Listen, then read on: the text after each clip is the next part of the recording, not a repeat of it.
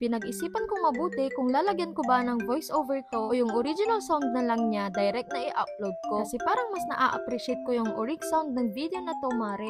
Kaso gusto ko din magkwento sa inyo since first time nga din namin maranasan mag-camping ni Jester. Hello mga mare, it's me Aisha, tubong Pangasinan na inassign ni Fairy Godmother dito sa bansang UAE. Medyo mahabang video to, mare, kaya kumapit lang kayo. Huy! 4 PM pa lang ng hapon ay lumabas na kami ng bahay. Kasama sila Tito Boyet, Tita Delia at mga kaibigan nila na galing Dubai din. Dumayo nga sila dito sa Corfacan para mag-camping at sumama din kami ni Jester dahil sumaktong naka-off din kami sa araw na to. Bago kami magpunta sa camping site which is sa Diba area ay nagmerienda muna kami sa Al-Adar Bakery ng karak at yung crepe nila na may cheese at honey sa loob. Kasi favorite talaga yun nila Tita Delia at Tito Boy at Mare. Tapos dumaan din kami sa supermarket para bumili ng kahoy na panggatong. After namin magmerienda ay bumiyahe naman kami papuntang bilihan ng alak para bumili ng alak. Di naman mawawala yun para mas masaya ang kwentuhan. At nakarating na kami sa camping site ng madilim gawa ng mali-mali ang napuntahan ni Jester. Kaya natagalan kami sa daan. Si Jester kasi yung pinakasinusundan ni Tito Boyet. Yung sasakyan namin ang nasa unahan tapos nakasunod lang ang sasakyan ni Tito Boyet. Pagdating namin sa camping site ay kanya-kanya kami ng ayos ng tent. At umalis ulit kami ni Jester para sunduin naman ulit si Syra kasi naka-duty siya at 7 PM ang out niya. Then pagbalik namin ay nagre-ready na sila sa food. Ang sasarap ng foods, mare.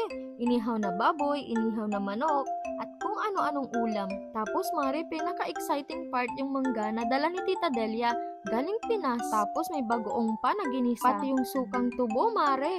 Talagang iba yung satisfaction, mare. So after ng dinner time ay inuman time naman sila.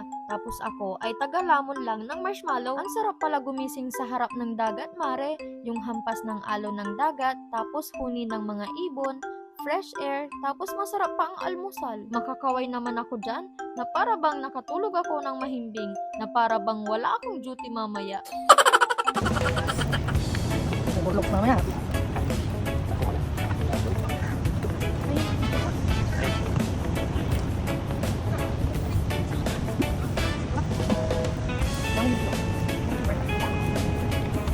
Yan lang. Pwede na mga pag-trip. Lumabas pa sa loob ng kwarto yung ano. Hindi ba mas mabaho ang prito? Yeah. Pag iyo, di atang mago.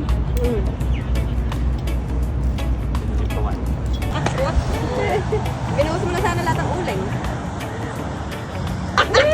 Ayaw! Sinulala ka! Parang may garter! Ah! Dami yun. Ganda. Nice. Nurong na. After namin mag-breakfast ay nauna na kami ni Syra mag-ayos ng tent namin. Gawa ng maaga ang duty ni Syra kaya kailangan ay mauna kaming umuwi. 10 AM ang duty niya. Kami naman ni Jester ay panghapon pa. Sana nag-enjoy kayo sa vlog na to, mare. Kasi napagod ako mag-voice over. Char. Ayun lang mga mare. Bye!